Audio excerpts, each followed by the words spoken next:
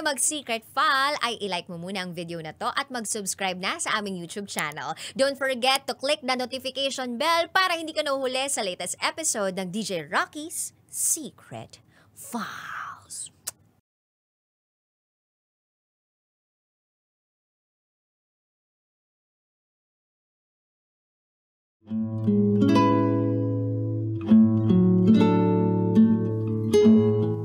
And now, it's time for DJ Rocky's Secret Files.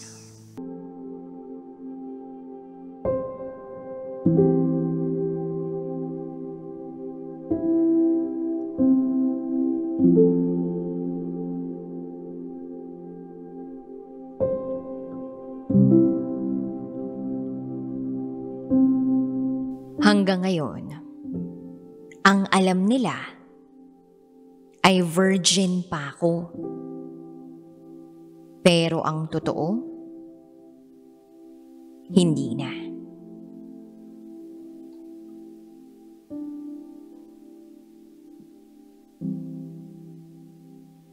Hi DJ Rocky. Itago mo na lang ako sa pangalang Keng. 21 years old from Quezon City. Sana hindi ako mahusgahan. Kaya ako ibabahagi itong kwento ko ay para sana kapulutan ng aral. This is my secret file.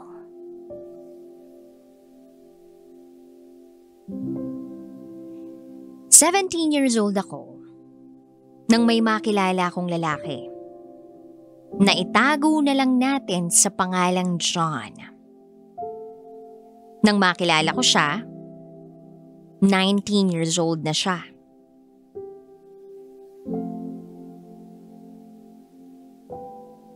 Nakilala ko siya through my best friend. Dati siyang classmate ni John. Same school din kami ni John nung araw na yun, kaya lagi ko rin na siyang nakikita tuwing kasama ko yung best friend ko. Nung una naman, wala akong pakialam sa kanya. Although, hindi maitatanggi, nagwapo siya. May tinatago ring talino, pero maloko. Kilala siya sa school dahil lagi siyang laman ng guidance. Ako, isa sa mga Girl Scouts. Maraming nagre-report sa kanya dahil sa kalokohan nila ng mga classmates niya.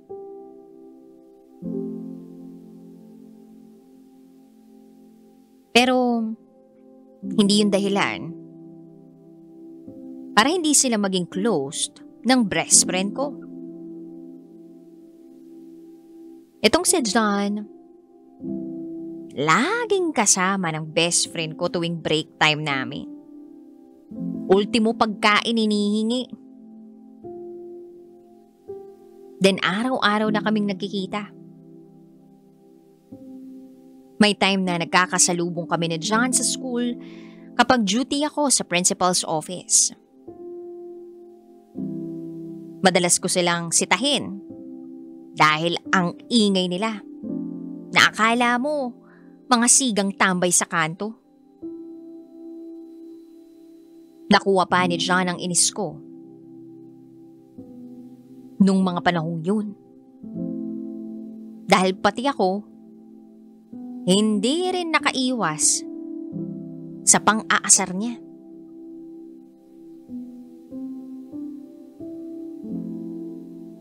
Akala mo naman close kami. Pero aaminin ko, DJ Rocky, nang dahil sa pang-aasar sa akin ni John, parang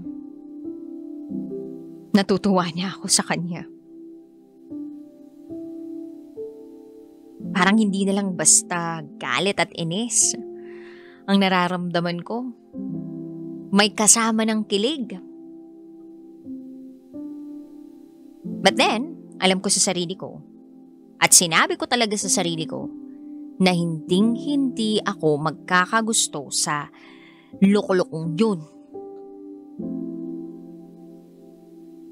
Time went by, unti-unting napapansin ng best friend ko na nagiging close na kami ni John.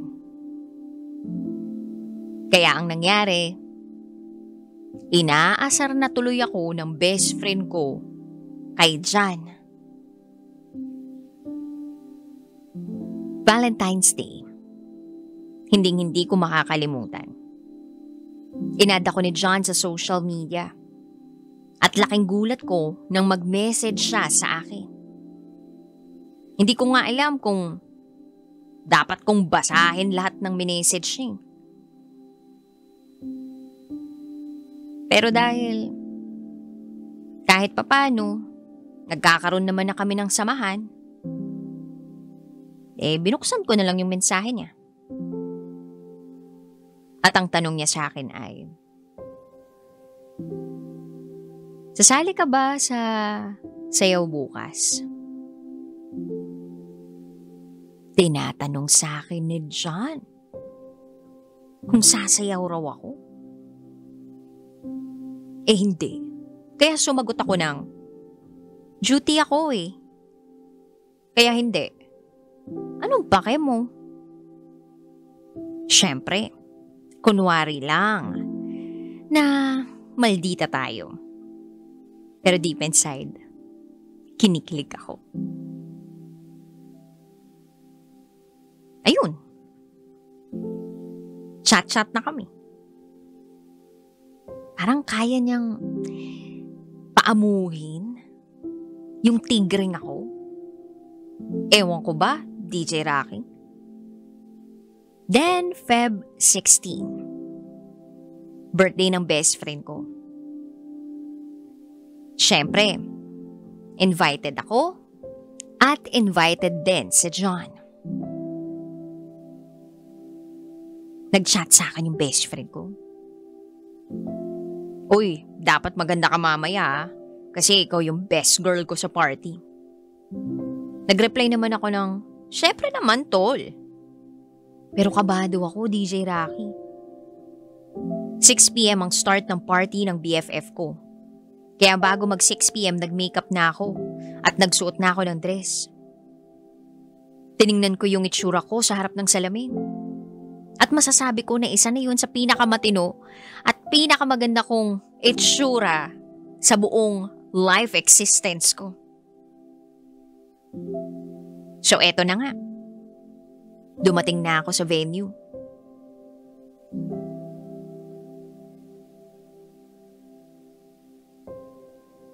Medyo nahihiya pa ako. Pero pinagtinginan ako ng mga tao. And para bang nalock yung mga mata ko kay John. Pogi talaga si John. At sana magandahan siya sa akin. Maya-maya pa nilapitan niya na ako. Tapos inasar ako at sinabi sa akin, hoy pangit. Sumimangot ako. Pero deep inside, kinilig ako. Magkasama kami ni John. Kalagitnaan ng party, nakaramdam ako ng hilo. Naparami ako ng shot. Pumasok ako sa isang kwarto para magpahinga. Arkilado naman ang buong resort kaya kahit saan pwedeng matulog.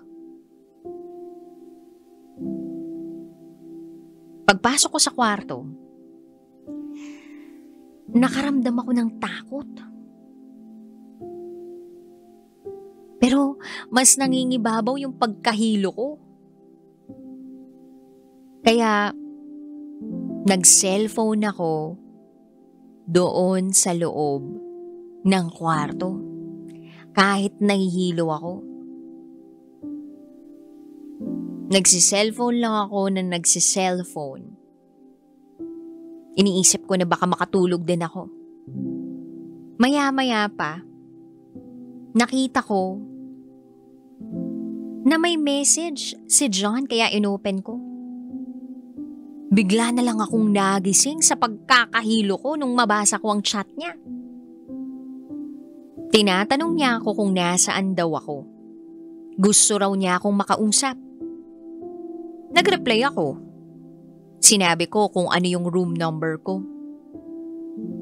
Maya-maya pa nakarinig na ako ng katok. Bumukas na ang pinto. 1 a.m. na yon.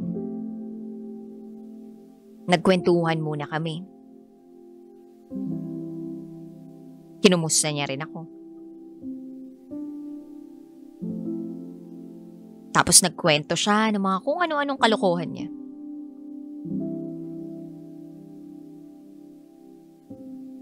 Ipipikit ko na sana yung mga mata ko, DJ Rocky.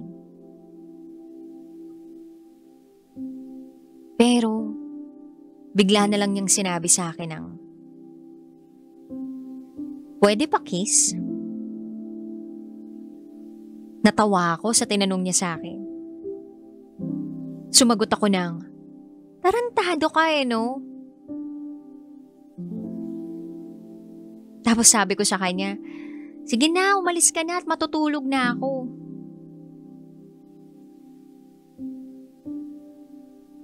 Pero, nagulat ako sa sinabi niya. At ang sabi niya ay, "Sige na, isa lang." DJ Rocky, noong mga oras na yun, halo-halong emosyon ang nararamdaman ko. Siyempre kasama pa dun yung matinding pagkahilo ko dahil sa naparami ako ng inom. Pumayag ako na humalik siya sa labi ko. Pero, akala ko hanggang dun lang yun. Meron pala akong magagawa na hindi ko akalaing magagawa ko. And besides, hindi naman ako handa. Wala eh.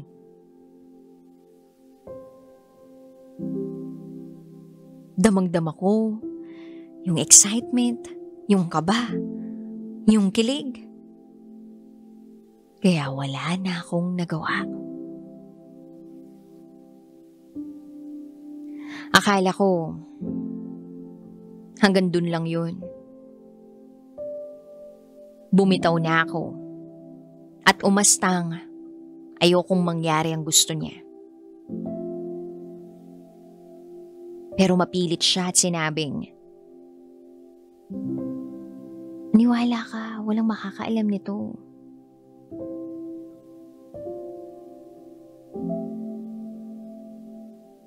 At dahil matagal-tagal na kaming magkaibigan, at nakuha naman niya yung tiwala ko, sumagot ako ng sige. Unti-unti niyang hinawakan ang kamay ko. Then naklakbay na ang mga kamay niya sa mga hita ko.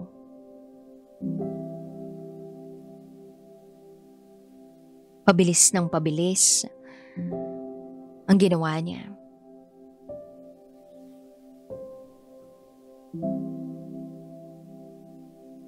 And after mangyari ng bagay na yon, and dun lang ako nahimasmasan. Nakaramdam ako ng takot. Natapos yung party. Nag-uwian na rin sila John. Pero ako, sinabay ng family ng best friend ko. At habang nasa biyahe kami, hindi ko alam kung sasabihin ko ba sa best friend ko ang nangyari. Kaya medyo tulala ako. Lutang, na para bang wala sa sarili. Hanggang sa nakarating na kami sa bahay namin.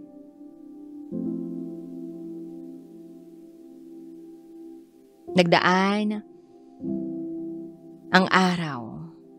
Wala kaming chat ni John sa isa't isa. Naisip ko na baka nahihiya din siya tulad ko. Then the following day, nag-message si John. Bumati siya ng good morning.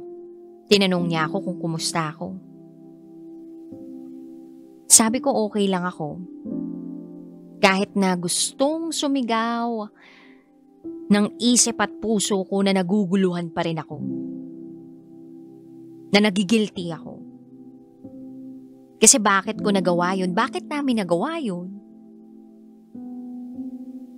Maya-maya pa ay nag-message uli si John. Nangihingi ng sorry.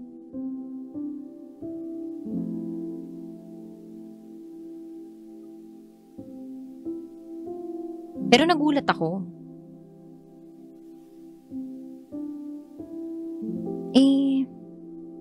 Bakit siya nangingi ng sorry?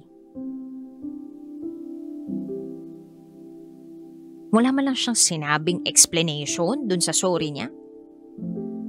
Wala man lang siyang nabanggit na nagawa niya?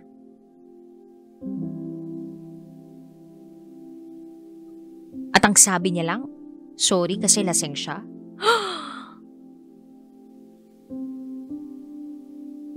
Yun yung kadalasang naririnig ng mga babae. Kapag merong lalaking gumalaw sa kanila. Kaya dumagdag sa isipin ko kung ginusto rin kaya ni John ang nangyari sa amin o baka dahil lasing lang din siya. Mabaliw-baliw ako kay iisip. Kaya nag-reply ako kay John at sabi ko, okay lang, sana sa atin na lang yung nangyari. Medyo matagal na bago niya nakita yung message ko. Then dumating ang Lunes. Makikita ko uli si John. Kinalma ko ang sarili ko. Then nakita ko si John at ang mga kaklase niya.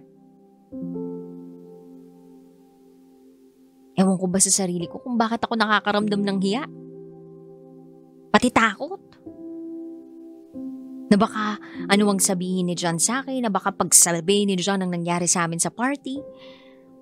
Pero nagulat ako nung lumapit sa akin si John, binati niya ako ng nakangiti. Agad din ako nag-hello sa kanya. At doon ko napagtanto sa sarili ko na mahal ko na pala si John.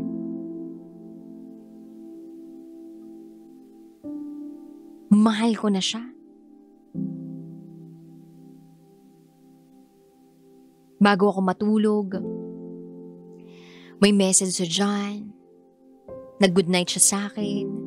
Niyayaya niya ako lumabas. Lumabas kaming dalawa. Tumalon-talon ako sa kilig nung gabing yun. Friday nung lumabas kami. Ang paalam ko sa parents ko ay sa best friend ko lang ako pupunta. Pero ang totoo, lalabas kami ni John. Friday night nag-rides kami. Dinala niya ako sa kung saan-saan. Para kaming magjowa. Lambingan, kwentuhan, tabing natulog. Chinek-in niya ako, DJ Rocky. Hanggang sa pangalawang pagkakataon, may nangyari. Fast forward to October 23. Naging kami ni John both sides. Alam, legal, ang relasyon namin. Maalaga si John bilang boyfriend. Bukod sa mahaba ang kanyang pasensya, ay mabuti rin siyang anak sa mga magulang niya.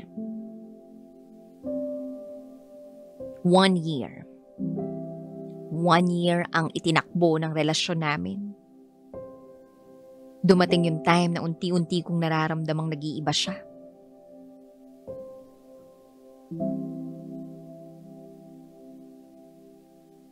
Tinanong ko siya kung ako pa rin ba o may iba na siya. At ang sagot niya sa akin, itigil na namin ang lahat. Unahin ko na lang daw yung pag-aaral. Babalikan niya raw ako pag okay na. Nangako siya sa akin, DJ Rocky, na wala siyang ibang mamahalin habang nag-aaral kaming dalawa. Nagdesisyon akong pumayag sa gusto niya dahil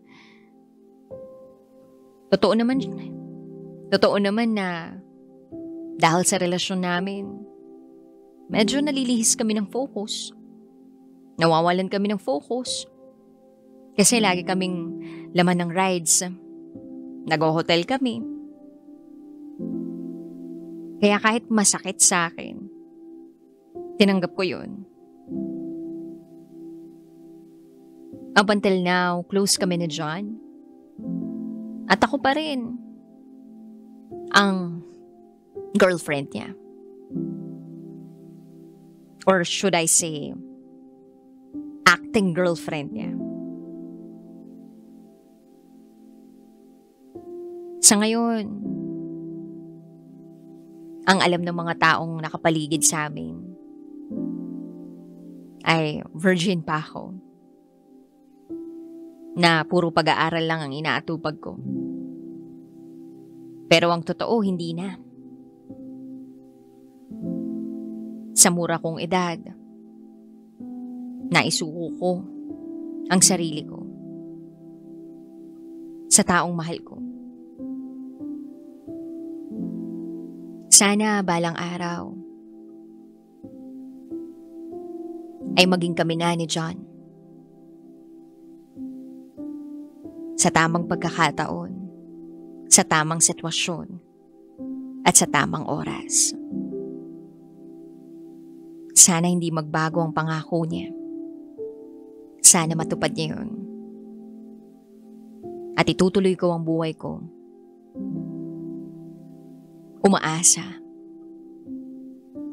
na lahat ng yun ay mangyayari. Hanggang dito na lang po, DJ Rocky. Muli, ako si Keng. At ito, ang aking secret file.